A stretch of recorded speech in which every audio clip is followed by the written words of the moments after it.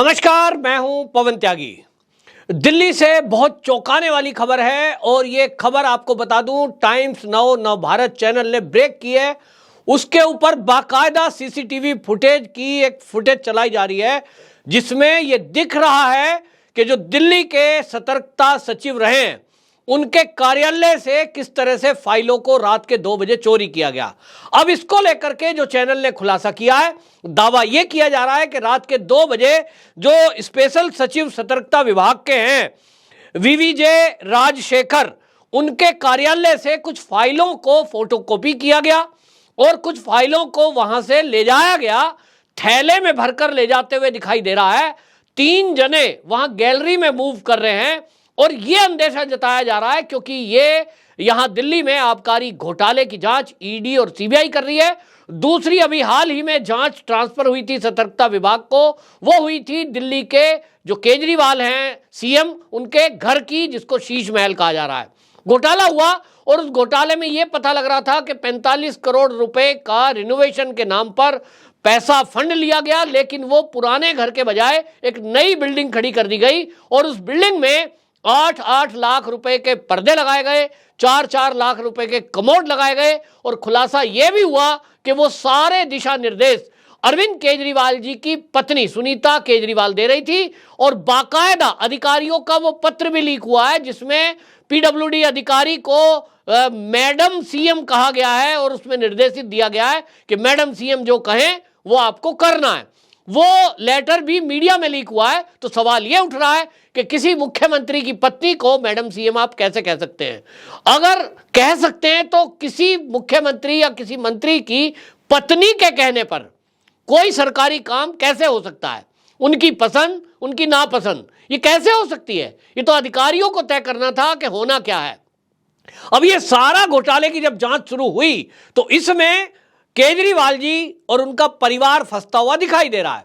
जैसे ही ये चीजें हवा में आई, अरविंद केजरीवाल जी ने मुद्दे को डाइवर्ट करने के लिए अध्यादेश का मामला उठा दिया और पूरे देश में घूम रहे हैं कि दिल्ली सरकार का जो अधिकार था, वो अधिकार जो देश की सुप्रीम कोर्ट ने दिया, वो देखिए अध्यादेश के जरिए देश के तानाशाह ने पलट दिया। मोदी जी को वो बिना नाम लिए कभी तानाशाह, कभी उनको अनपढ़ राजा, इस तरह की संज्ञा देते हैं, पूरे देश में घूम रहे हैं। जबकि सुप्रीम कोर्ट ने जो फैसला दिया था, उसी फैसले में केंद्र को यह निर्देशित किया था कि यदि आप चाहें दिल्ली के एलजी को अधिकार देने के मामले में आप कोई कानून बना सकते हैं। पहले से कोई कानून नहीं था इस तरह का। पहला जो कानून था उसको चुनौती दे दी गई थी। 2016 का दिल्ली हाईकोर्ट का जो कानून था, जो यानी कोर्ट ने जो निर्देशित किया था, उसी को सुप्रीम कोर्ट में चुनौती दे दी गई और इसलिए सुप्रीम कोर्ट ने उसमें बदलाव कर दिया। लेकिन जब अध्यादेश के जरिए एक नई व्यवस्था दे दी गई और यह केंद्र ने व्यवस्था बना दी कि 3 लोगों की एक कमेटी रहेगी और वो कमेटी तय करेगी कि किस आईएएस अधिकारी का या दानिश अधिकारी का या आईपीएस अधिकारी का कहां, कब, कैसे ट्रांसफर होगा, और उसके अध्यक्ष खुद केजरीवाल हैं। लेकिन उनको कोई मुद्दा नहीं मिल रहा था और इसलिए अध्यादेश के बहाने वो देश की विपक्ष की पार्टियों से मिल रहे हैं और कह रहे हैं कि साहब इस अध्यादेश के विरोध में मेरा साथ दीजिए, 2024 का सेमीफाइनल हो जाएगा। अगर मेरे पक्ष में जितने लोग आए तो ये मैसेज हम दे सकेंगे कि देखिए केजरीवाल के साथ कितनी विपक्षी पार्टियां हैं। हालांकि अभी तक कांग्रेस ने केवल ये कहा है कि हम इस अध्यादेश के मामले पर केजरीवाल के साथ नहीं है। लेकिन हमने देखा है कि जो पिछले दिनों राज्यों के चुनाव हुए हैं, चाहे वो हिमाचल के हों, चाहे वो गुजरात के हों, और फिर अभी आप देख लीजिए कर्नाटक में, ये हमने देखा है कि यहाँ इनका अंदरूनी समझौता है। जहां कांग्रेस फ्रंट पे होती है वहां आम आदमी पार्टी नहीं होती, जहां आम आदमी पार्टी फ्रंट पे होती है जैसे गुजरात में थी तो वहां कांग्रेस के लोग प्रचार करने नहीं जाते। इनका समझौता है। केवल अध्यादेश एक बहाना है। लेकिन अब जो ये फाइल चोरी का मामला खुलासा हुआ है, इस पर आपको बता दूं जो केंद्रीय मंत्री स्मृति ईरानी है, उनका बयान आ गया। उन्होंने मीडिया में, असल में पत्रकार ने पूछा कि देखिए इस तरह की फुटेज आ रही है, इस तरह का सीसीटीवी जो फुटेज है हमें हाथ लगा है और उसको वो लाइव चैनल पे चला रहे हैं, इस पर आपकी क्या प्रतिक्रिया है? तो स्मृति ईरानी जी ने यह कहा है और जो हकीकत दिख रही है कि यदि दिल्ली में किसी गरीब की झुग्गी बननी हो, उसकी फाइल इतनी जल्दी पास नहीं होती। यहां सबसे बड़ी बात यह है कि अरविंद केजरीवाल जी का जो पुराना घर था, जिसमें कभी शीला दीक्षित जी वर्षों रही हैं, उसको यह कहा गया, प्रस्ताव लाया गया, और प्रस्ताव किसने दिया? पीडब्ल्यूडी मिनिस्टर उस समय थे सत्येंद्र जैन। और उन्होंने एक प्रस्ताव रखा कि क्योंकि जिसमें घर में पुराने में सीएम केजरीवाल रह रहे हैं, उसमें बैठक करने के लिए जो ड्राइंग रूम है वो छोटा है, उसको हॉल को बड़ा बनाया जाए, कुछ रिनोवेशन किया जाए ताकि उसमें ज्यादा लोग बैठकर मीटिंग कर सकें। अब आप समझिए, बात मीटिंग से, हॉल से शुरू हुई और उसके बाद प्रपोजल आया। लेकिन जब वो प्रपोजल दिया गया, वापसी में प्रपोजल क्या आता है कि साहब ये पुराना घर है, इसमें ज्यादा तोड़फोड़ की गई तो वो हो नहीं पाएगी, जो एक हकीकत भी है। लेकिन उसकी जगह नई बिल्डिंग बना दी गई, और वो नई बिल्डिंग जिसको हम 45 करोड़ कह रहे थे, अभी पता लग रहा है कि वो 45 करोड़ नहीं, उसमें जो कुल खर्चा हुआ है वो 52 करोड़ का हुआ है। और वो 52 करोड़ का जो नियम है कि यदि कोई भी प्रस्ताव, कोई भी खर्चा 10 करोड़ से ऊपर होगा तो उसके लिए वो फाइल सचिव लेवल तक जाएगी। यहां इसके 5 टुकड़े कर दिए गए ताकि वो ऊपर ना जाए। और 52 तो तब हुए जब एक्स्ट्रा बाहर से खर्च किया गया है। और उसमें भी ये खुलासा बहुत चौंकाने वाला है कि अरविंद केजरीवाल जी की पत्नी खुद वो सामान खरीदने गई हैं। 1-1.5 लाख रुपए का कोई मंदिर आया है, संगमरमर कौन सा लगेगा, ये पर्दे कौन से लगेंगे, ये तय कौन करेगा। और अब जो ये खुलासा हुआ है, ये तो बहुत ही चौंकाने वाला है किसी सरकार में। ये जो टकराव की बातें लेकर और अध्यादेश की बातें लेकर ये सुप्रीम कोर्ट गए, अब तो ये सुप्रीम कोर्ट में दिखेगा। अब तो ये सुप्रीम कोर्ट में जब जिरह होगी तो ये बताया जाएगा कि देखिए जज साहब, आपने जिस सरकार के पक्ष में ये फैसला कर दिया कि ट्रांसफर पोस्टिंग अधिकारियों के अगर सरकार नहीं करेगी तो वो काम कैसे करेगी, आपने टिप्पणी की थी। ये देखिए इसका काम कि अगर सारे अधिकार इनको नहीं दिए तो भी किस तरह से पुराने मकान के रेनोवेशन के नाम पर एक नया बंगला खड़ा कर दिया गया, जिसमें 52 करोड़ रुपए खर्च कर दिए, और वो भी हेराफेरी करके। किस तरह से मुख्यमंत्री की पत्नी शॉपिंग कर रही है सरकारी पैसे से, ये जो दिखाया जाएगा। इसके अलावा अब दिखाया जाएगा कि आपको बता दूं, जो आशीष मौर्य मुख्य सचिव, जो सेवा सचिव रहे हैं, वो उन्होंने सीधा लिखित में कंप्लेंट की है। और वो ही नहीं, 7 ऐसे आईएएस, आईपीएस और दानिश अधिकारी हैं जिन्होंने दिल्ली के एलजी और मुख्य सचिव और गृह सचिव को लिखित में कंप्लेंट दी है कि जैसे ही सुप्रीम कोर्ट का आदेश आया था कि अरविंद केजरीवाल को या दिल्ली सरकार को यह पावर है कि वो आईएएस अधिकारी, आईपीएस अधिकारी के ट्रांसफर और पोस्टिंग कर सकते हैं, इन्होंने डांटना और धमकाना शुरू कर दिया। जबरदस्ती कुछ फाइलों पे हस्ताक्षर कराए गए, ऐसा आशीष मौर्य ने आरोप लगाया।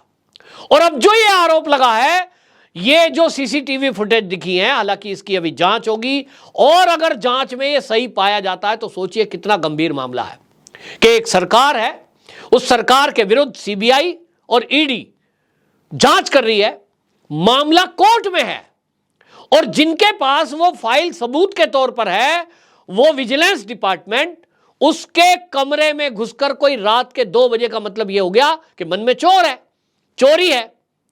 और वो फाइलें कौन सी ले गए? आपने कोई फाइल फोटोकॉपी की तो भी सरकारी दस्तावेजों से छेड़छाड़, ये तो अपराध है। सीधा सीधा उस कमरे के बाहर लिखा गया है कॉन्फिडेंशियल, एंट्री नॉट अलाउड। जो अधिकारी है वही जा सकते हैं जिन्हों के हाथ में फाइल है, और वो अधिकारी हैं राजशेखर।